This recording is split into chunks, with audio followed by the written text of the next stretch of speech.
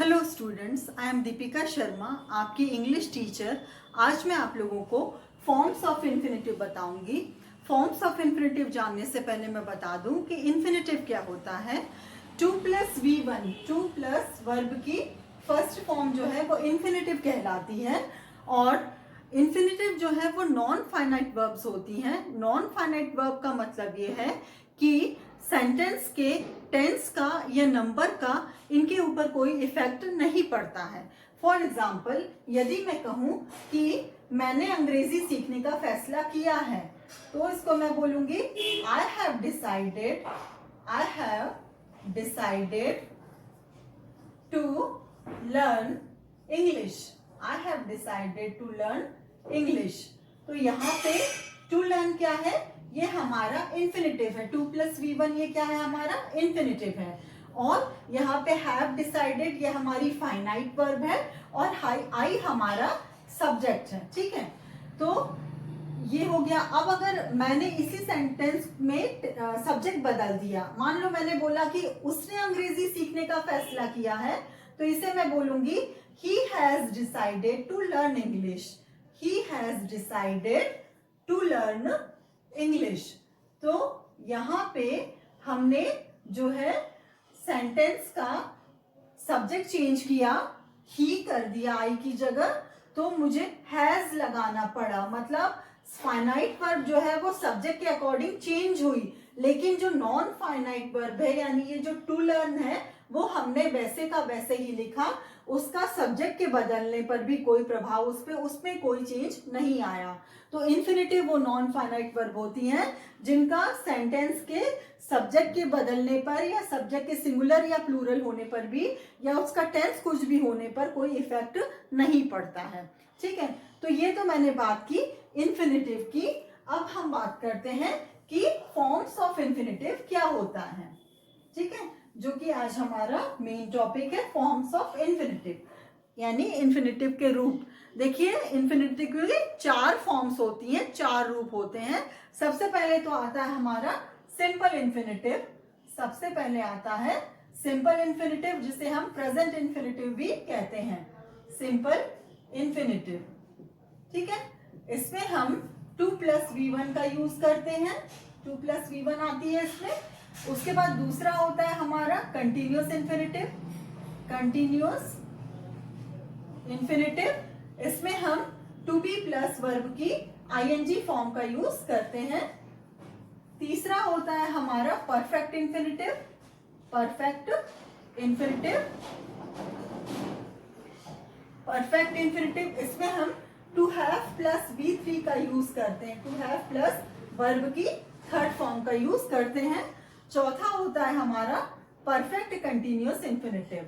Perfect continuous infinitive, perfect continuous infinitive, इसमें हम to have been plus verb की ING form का use करते हैं। टू हैव बीन और वर्ब की आईएनजी फॉर्म का यूज करते हैं। तो इस तरीके से हमारे इन्फिनेटिव के 4 फॉर्म्स होते हैं। जो हमारा सिंपल इन्फिनेटिव होता है उसमें एक्शन कंप्लीट है या इनकम्प्लीट है ये कुछ क्लियर नहीं होता, यानी अनिश्चितता होती है, अनिश्चित होता है ये। जो हमारा कंटिन्यूअस इन्फिनेटिव है उसमें एक्शन जो है वो कंटिन्यूटी में हो रहा है, चल रहा है, कंप्लीट नहीं हुआ है, एक्शन अभी भी इनकम्प्लीट है, ऐसा शो होता है इसमें। परफेक्ट इन्फिनेटिव नाम से ही क्लियर है कि एक्शन परफेक्ट है, यानी एक्शन कंप्लीट हो चुका है। तो परफेक्ट इन्फिनेटिव में एक्शन जो काम है वो कंप्लीट हो चुका है, वो होता है, ऐसा होता है। और परफेक्ट कंटिन्यूअस इन्फिनेटिव में कोई काम किसी समय पर शुरू हुआ लेकिन उसका इफेक्ट अभी तक है, ऐसा होता है। ठीक है, तो इस तरीके से हम एक्शन किस तरीके से इसमें डिसाइड होते हैं ये मैंने आपको बताया इन्फिनेटिव में। अब जो है इनके एग्जाम्पल्स हम लेते हैं। तो सबसे पहले हम एग्जाम्पल लेते हैं सिंपल इन्फिनेटिव का। सिंपल इन्फिनेटिव में जैसा कि मैंने बताया, इसके मैं एक्टिव रूप बता रही हूँ आपको। इन चारों इन्फिनेटिव की फॉर्म्स के मैं एक्टिव रूप बता रही हूँ, उनका पैसिव फिर हम बाद में डिस्कस करेंगे। तो सिंपल इन्फिनेटिव में हमने एग्जाम्पल लिया, जैसे मैंने कहा कि उसने मुझे रिश्वत देने की कोशिश की। उसने मुझे रिश्वत देने की रिश्वत देने की कोशिश की, देने की कोशिश की। तो इसको हम कैसे बोलेंगे? He tried to bribe me, to bribe me. तो यहाँ पे जो टू ब्राइब है ये हमारा सिंपल इन्फिनिटिव है, 2 + V1 ये हमारा सिंपल इन्फिनिटिव है। ठीक है, इसका एक एग्जांपल हम और लेते हैं, जैसे मैं समय पर आने की कोशिश करूंगा, मैं समय पर आने की कोशिश करूंगा, आने की कोशिश करूंगा। तो मैं इसको कैसे बोलूंगी? I will try to come on time, I will try to come. तो ये टू कम क्या हो गया हमारा? सिंपल इन्फिनिटिव हो गया, टू कम ऑन टाइम। ठीक है, तो ये सिंपल इन्फिनिटिव के मैंने आपको एग्जांपल्स बताए। अब हम डिस्कस करते हैं हमारा कंटिन्यूस इन्फिनिटिव। ठीक है ना, 2 + V1 ये सिंपल इन्फिनिटिव हो गया यहाँ पे हमारा। यहाँ पे ट्राइड हमारी फाइनाइट वर्ब है और ये टू ब्राइब ये हमारी नॉन फाइनाइट वर्ब यानी हमारा इन्फिनिटिव है। ठीक है, अब जो है हम बात करते हैं कंटिन्यूस इन्फिनिटिव की। कंटिन्यूस इन्फिनिटिव में काम एक्शन जो है वो चल रहा होता है, मतलब कंप्लीट ना होकर वो प्रोग्रेशन में ही होता है, उसकी प्रोसेसिंग हो रही होती है। कंटिन्यूस इन्फिनिटिव का क्या एग्जांपल है ये देखते हैं हम। कंटिन्यूस इन्फिनिटिव है ना, तो इसमें हम जैसे ये कह सकते हैं, जैसे ऐसा प्रतीत हो रहा है, ऐसा प्रतीत हो रहा है, ऐसा प्रतीत हो रहा है कि कुत्ता तुम्हारी तरफ आ रहा है, तुम्हारी तरफ आ रहा है, तुम्हारी तरफ आ रहा है। ठीक है, तो इसमें हम कंटिन्यूस इन्फिनिटिव का यूज करेंगे। इसको कैसे बोलेंगे? द डॉग seems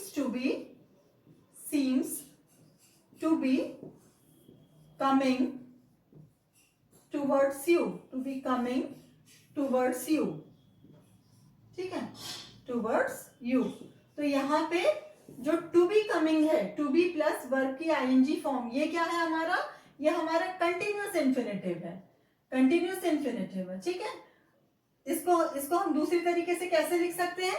इसका मतलब क्या है? ऐसा प्रतीत हो रहा है कि कुत्ता तुम्हारी तरफ आ रहा है, यानी एक्शन अभी भी चल रहा है। तो उसका कैसे एक तरीके से और कैसे इसको और क्लियर कैसे कर सकते हैं? यहाँ पे टू बी कमिंग का मैंने यूज किया है। ठीक है, कंटिन्यूस इन्फिनिटिव का इसको हम ऐसे कह सकते हैं, दूसरी तरीके से कैसे कह सकते हैं? इट सीम्स, ऐसा प्रतीत होता है, इट सीम्स दैट द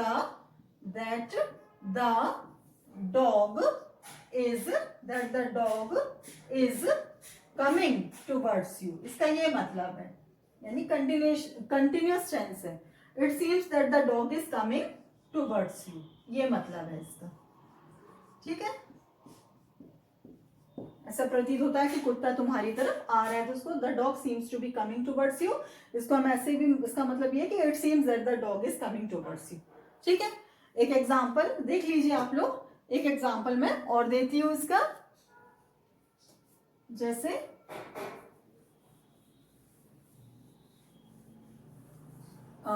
ऐसा प्रतीत हो रहा है कि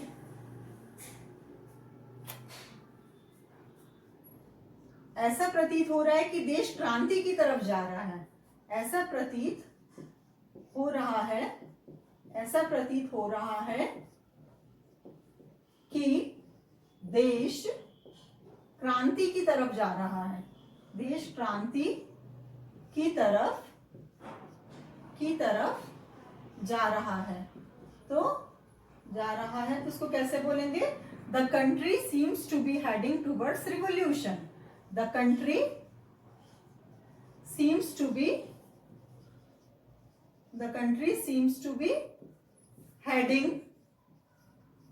heading towards revolution, revolution.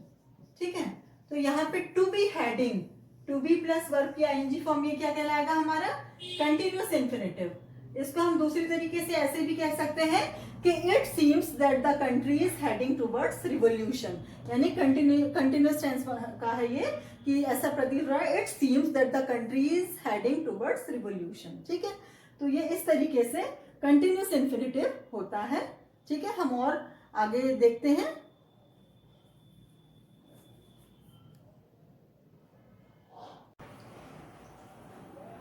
Perfect infinitive क्या होता है ये हम देखते हैं। परफेक्ट इन्फिनेटिव में काम एक्शन जो है वो हमारा कंप्लीट हो चुका होता है। परफेक्ट इन्फिनेटिव में एक्शन कंप्लीट हो चुका होता है।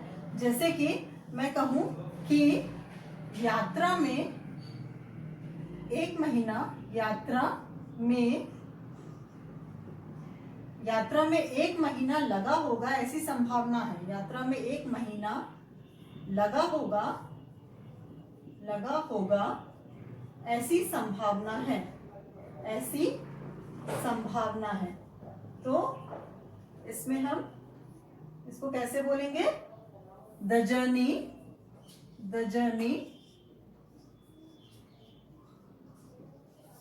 Seems to, the journey is likely to be, likely का यूज हम पॉसिबिलिटी यानी संभावना के लिए करते हैं। The journey is likely to have taken, the journey is likely to have taken a month,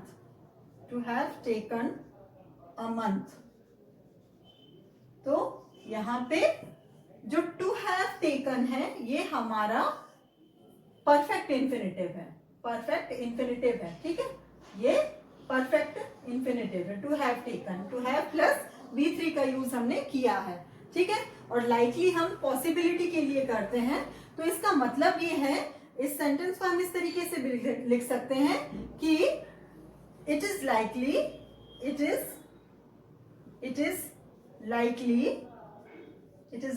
that the journey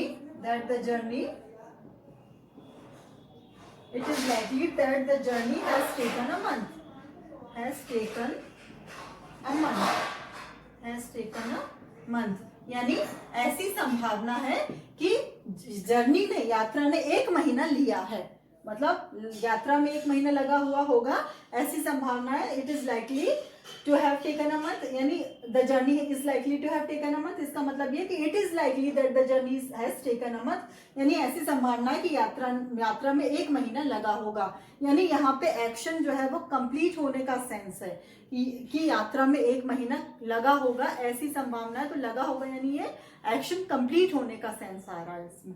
ठीक है ना, तो ये आप लोग देख लीजिए। ठीक है, इसके बाद में मैं एक एग्जाम्पल इसका और देती हूँ। The journey is likely to have taken a month, ये देख लेना आप लोग। इसके बाद में एक और एग्जाम्पल हम लेते हैं इसी का, परफेक्ट इन्फिनेटिव का। जैसे मैं कहूं कि जो है तुम बहुत भाग्यशाली हो कि तुम्हें इतनी अच्छी पत्नी मिली। ठीक है, तुम बहुत भाग्यशाली हो, you are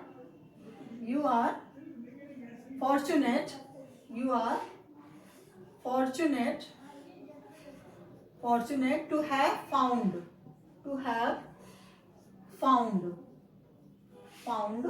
such a good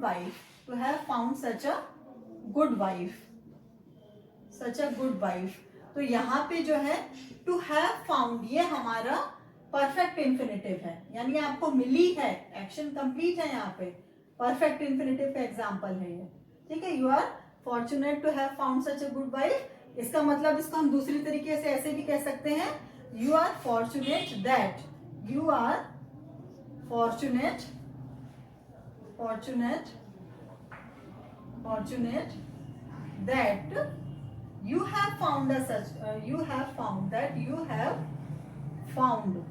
have found such a good wife, यानी कि तुम बहुत ही भाग्यशाली हो कि तुम्हें इतनी अच्छी पत्नी मिली है। ठीक है, इसका मतलब ये है कि काम जो है एक्शन उसका परफेक्ट है, उसको मिली है। You are fortunate to have found such a good wife. तो ये हमारा परफेक्ट इंफिनिटिव का एग्जाम्पल है। इसके बाद मैं आपको बताती हूँ परफेक्ट कंटिन्यूस इंफिनिटिव का एग्जाम्पल।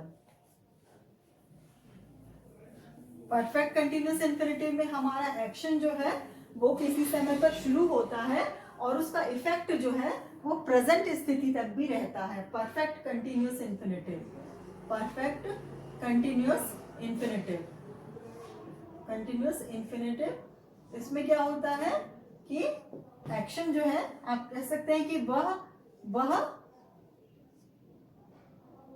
मुझे मूर्ख बनाता आ रहा है, वह मुझे मूर्ख बनाता आ रहा है, या वह मूर्ख बनाता आ रहा है। तो लंबे समय से वो ये काम कर रहा है और उसका इफेक्ट अभी तक है। तो he has been, he seems to have been, he seems to have been fooling us। वह मुझे की जगह उस हमें कर दीजिए, वह मुझे की जगह वह हमें मूर्ख बनाता आ रहा है। तो he seems to have been fooling us, ठीक है। तो टू हैव बीन फूलिंग ये क्या है हमारा परफेक्ट कंटिन्यूअस इंफिनिटिव है, टू हैव बीन फूलिंग। इसको हम ऐसे भी कह सकते हैं कि it seems that he has been fooling us, it seems that he has been fooling us, यानी ये कौन सा टेंस हो गया एक तरीके से परफेक्ट कंटिन्यूअस टेंस है ना। ये किसका मतलब ये जो है हमारा परफेक्ट कंटिन्यूअस इंफिनिटिव है।